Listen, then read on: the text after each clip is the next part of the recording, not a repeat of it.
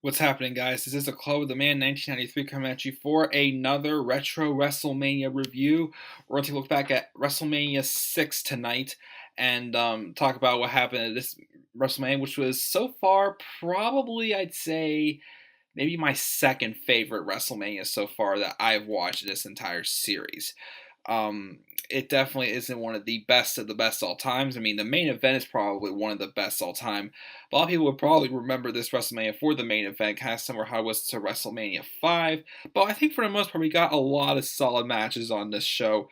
Some average match, but nothing I'd say like terrible or underwhelming or anything like that. I think those some matches could have been better, but we did have a lot of count out victories in this show, which again is kind of leaving my head scratching because I feel that WrestleMania matches should not really have like non-clean finishes. I feel like WrestleMania is like the culmination like of like a lot of things. We get like the final straw, but it was different back in the days. But we'll see what happens as we review this video, and then we'll get to the upcoming WrestleManias as well. WrestleMania 6 took place on April 1st, 1990, and I believe it was the first WrestleMania to take place outside the United States, and it took place at the Skydome, home of the Toronto Blue Jays, in Toronto, Ontario, Canada. It was about a 3.5 hour show. The past couple of WrestleMania has been a little bit long, about 3.5 hours. I think they do shorten up to about 2 hours and 45 minutes, going on for a little bit after this. But then we do get back to the 4 hour WrestleManias eventually today, where we get like 5 hour WrestleManias, not including the pre-show. But I don't plan on really watching the pre-shows for these WrestleMania reviews, unless if I remember like the matches that we got.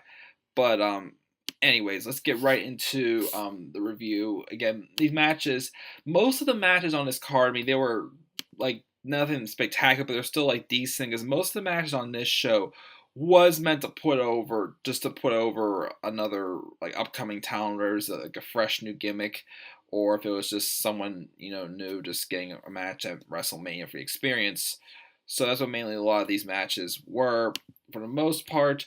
Starting off with the opening match, it was Coco Beware taking on Rick Martel, who is now a heel and has the model gimmick on him after he did turn heel on Tito Santana at WrestleMania 5, as we remember talking about in that review. And Martel came out with this arrogant spray, just really showing off how full of himself he is. Kind of remind me of how the Velveteen Dream seems to be today, just like narcissist, like full of himself, like thinks he's like the big stud and it's got it all, so self-centered on himself. And this match was not too bad. It was a pretty decent match between them and Coco Beware, who here's a Hall of Famer, but I haven't really been too impressed with him so far of what I've seen. But this match did its job. Martel gets the victory, and this is the way to give him a put him over at WrestleMania for his heel character.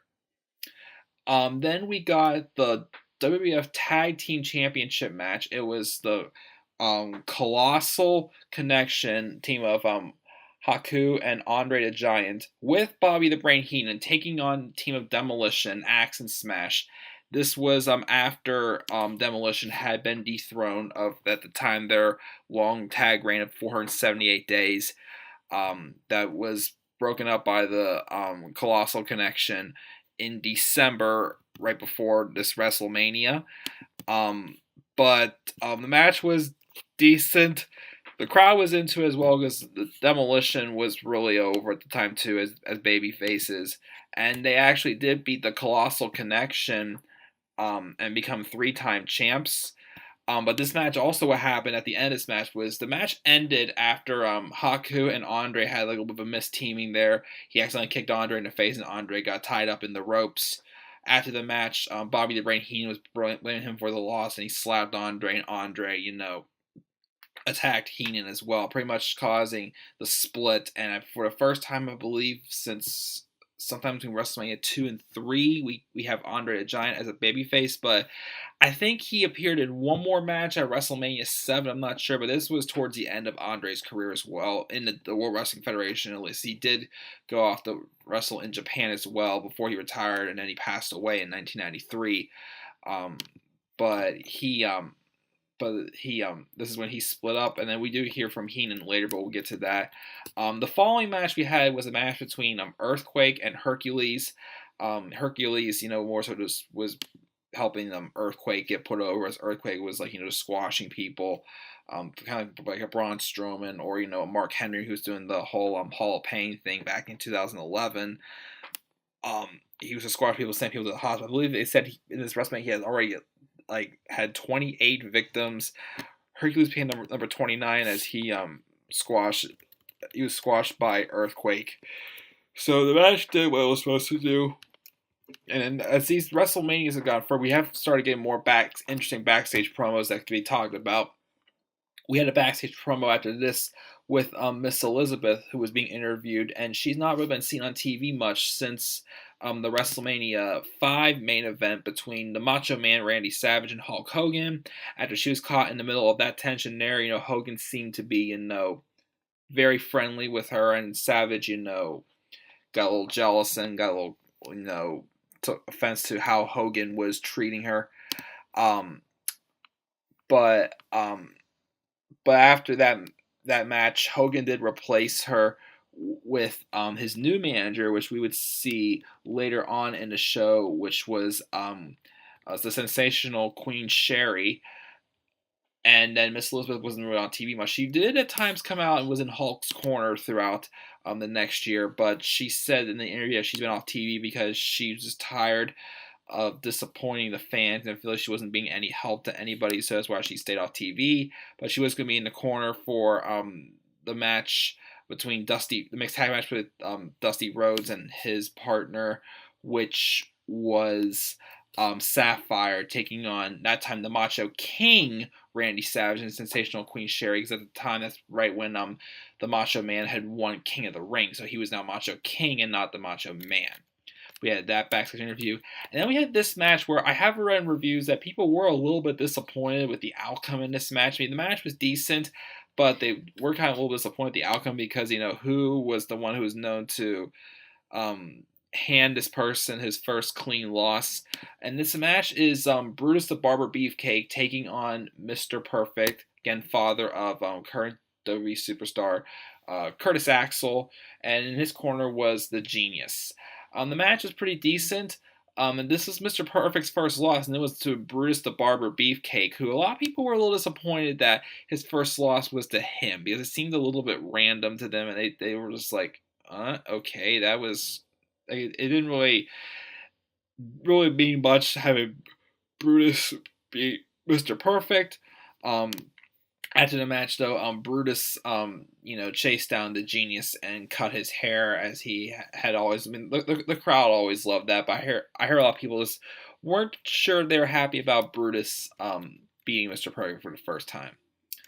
And we had this backstage interview before this person's match, but it was Mean Gene interviewing Roddy Piper, but he was dressed up as like hot scotch or whatever. Like half his body was black and half of it was white. It was just kind of like a little bit like a weird interview and a weird look for Piper, but it was an upcoming match against Bad News Brown, which was an average match on the special. It ended in a double countout, though, and I keep saying I'm not really fans of double countouts or any type of non-clean finish at WrestleMania, because WrestleMania is supposed to be the culmination of these big storylines, and it ends the year of wrestling, starts the next year, the night after WrestleMania as well. But it's how it was back then.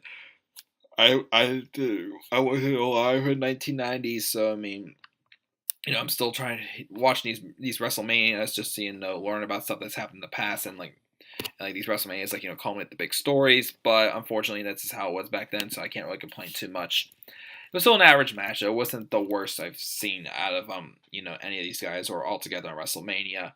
Then we had this squash match. It was the Hart Foundation, a team of Bret the Hitman Hart and Jim Neidhart, father of Natalia, taking on the Bolsheviks, Basically, this match consisted of the Bolsheviks coming out singing the Soviet Union national anthem, and the Hart Foundation came out and just squashed them and just shutting them up in 19 seconds. So I mean, like it served its purpose, but better things are still yet to come for Bret the Hitman Hart, especially in the next upcoming WrestleManias, especially WrestleMania 10. I really want to see the match between him and Owen Hart at WrestleMania 10. I keep hearing it's probably the best opening match of WrestleMania, so we'll see what happens when we get to WrestleMania 10 as well.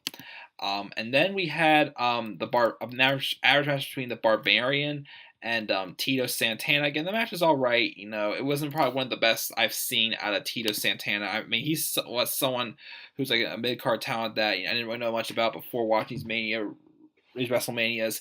But I kind of he's one person that has really stood out to me that I was kind of interested in, like him, Brutus, a Barber Beefcake. I was got to see more of Hulk Hogan.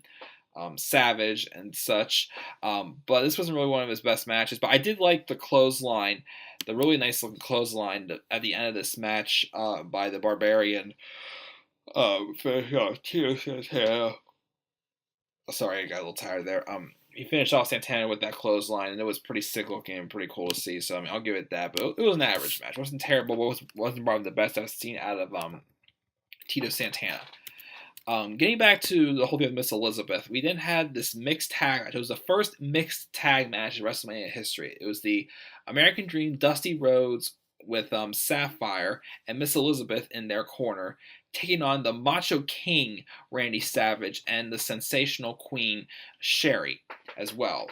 This was a fun match to watch. The story being told here, of course, people were very invested in this, as Miss Elizabeth was involved in it as well.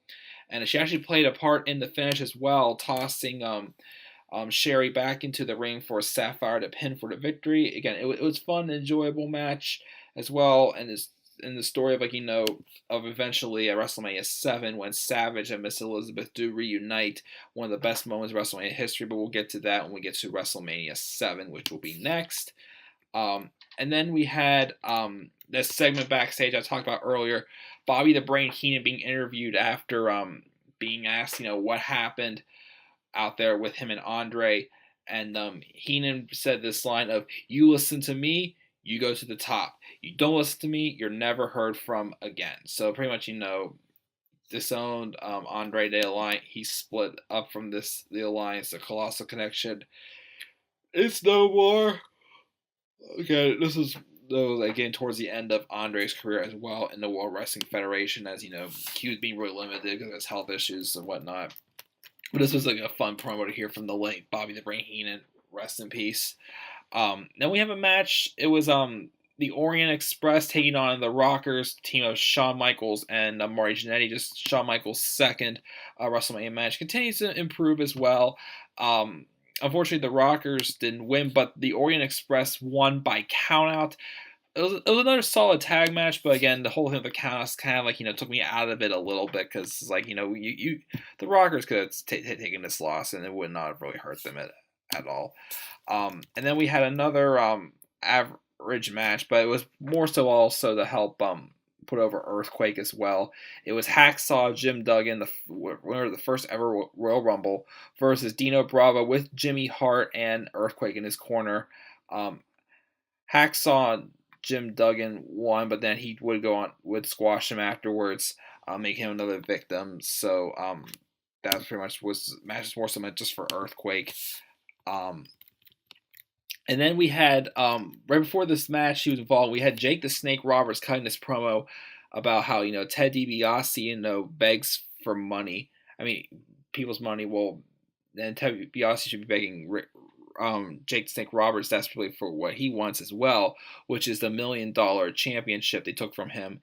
And, he called DiBiase a victim of greed. So we had a match for the $1 million championship. It was Jake the Snake Roberts, which I noticed Damien didn't come out this time. So I had to do research on it, but I wonder why Damien wasn't there. Taking on Ted DiBiase.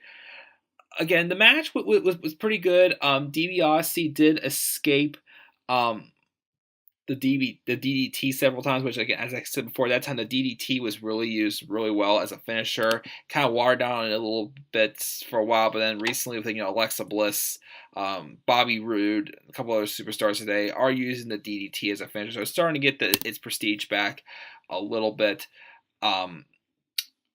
but DiBiase does win by countout, so he technically would get his championship back. Well, probably not, but Virgil threw DiBiase back into the ring though to save him from being a double countout, and then Roberts attacked DiBiase after the match and stuffed money in his mouth. And he did hand out some $100 bills out to some people in the crowd as well on his way out. Again, the match was good. Just the finish kind of took me out of it a little bit, but I won't take away from the match. It was still pretty good.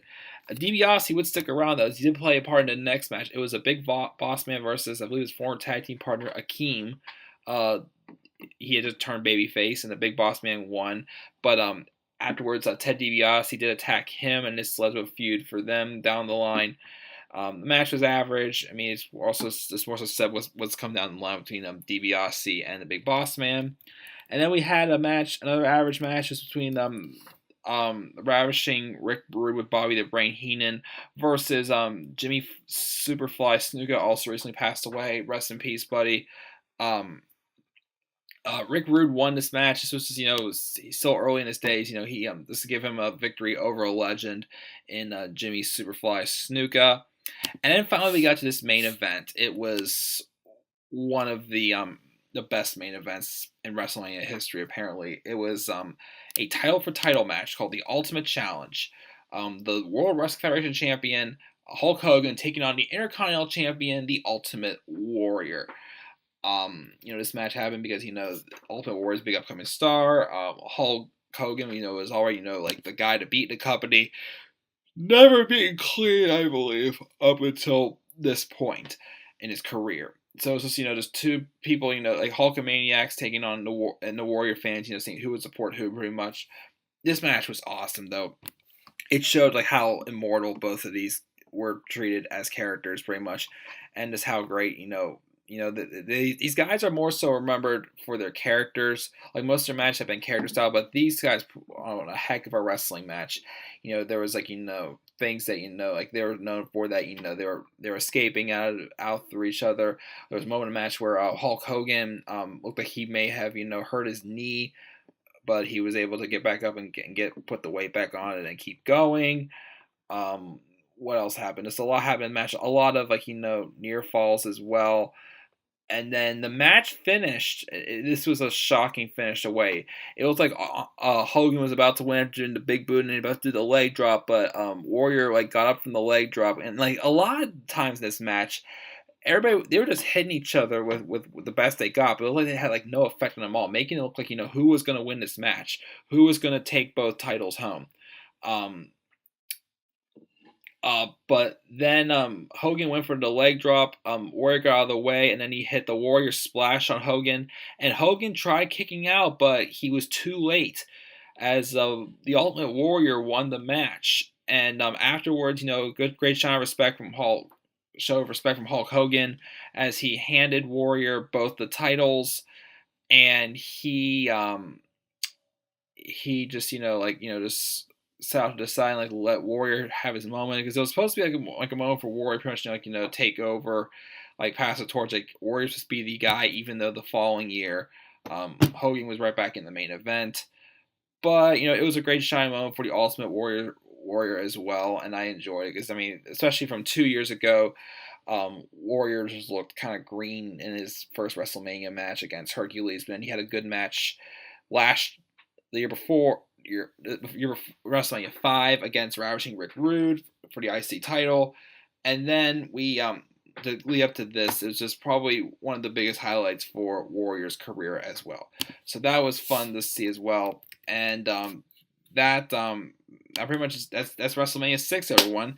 If I give it a grade, again, most of the matches were no matches. I didn't really have anything against these matches. Most of them were just average, putting people over. The double countouts, the count-out victories kind of brought me down a little bit from this, but I still thought this was an overall pretty solid WrestleMania. I want to give this WrestleMania a B-. What grade would you give WrestleMania 6? What are your thoughts on WrestleMania 6 as well? Did you enjoy it? Did you think this is the best main event of all time, or one of the best ones for WrestleMania? Leave your thoughts down in the comment section below. Please click that like, subscribe button for more content on this channel. Please also follow me on Twitter at DemandAirboy93, and I will see you in my next video, which will most likely be my WrestleMania 7 review. Until then, guys, take care.